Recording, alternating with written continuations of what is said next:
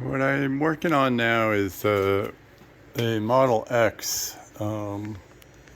What you see in front of you is a Model X seat, the black one, without the faux cover. I took that off and I took off the heating elements and the sensor. So I have this placed in the frame. The frames for all the recent cars are the same, Teslas. They use the same metal frames. So I see the problem. The Model X is actually the worst I've come across. I've dealt with a lot of Model 3s and a Model Ys.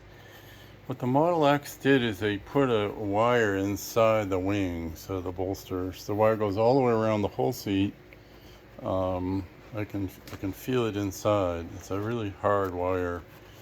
Now that wire will limit the width, which is the problem I've observed with the Model 3 and Model Y, from here to here. That's actually smaller. This is a smaller dimension than the Model 3. The Model 3 allows you to sit all the way against the outside, the metal. So some people don't feel the metal.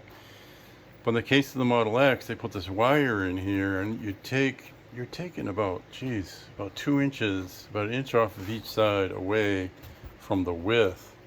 So Model X, I would imagine there's more sufferers by larger frame people.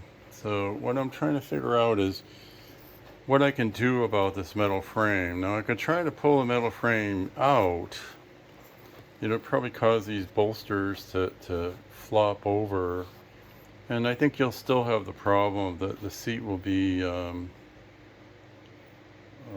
able to press against the metal out here. Then you'll kind of be in the situation of the Model 3 and Y. So what I did is I have a Model S seat. And, I'm not sure what vintage this is. I think it's probably before this refresh where they use the exact same seat frames.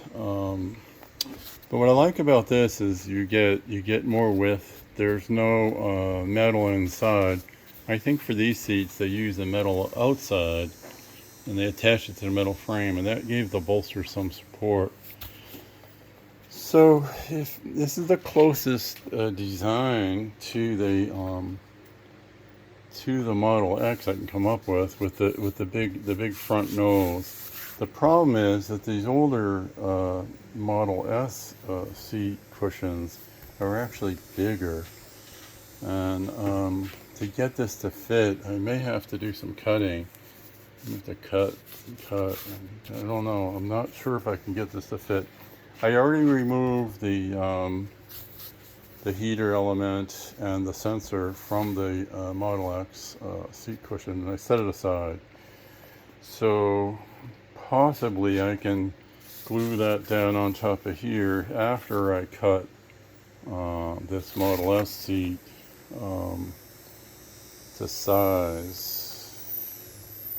So that's what I'm working on. I'm hoping to save people's butts, hips from this excessive pain. The pain actually comes from the metal. This metal, the seat is really low, the cushions are thin.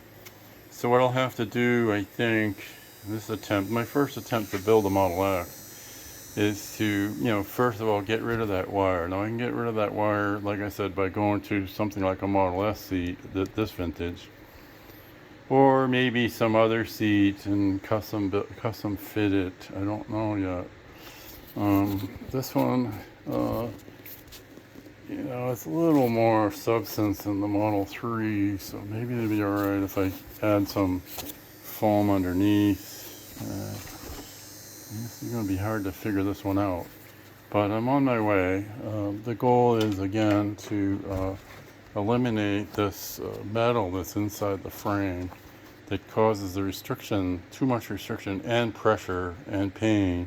The pain points would be primarily back here where your hips are the widest, but you may also feel it in the bolsters because the foam really doesn't protect you from the metal of this frame that's in the cushion. It's built in and formed with it.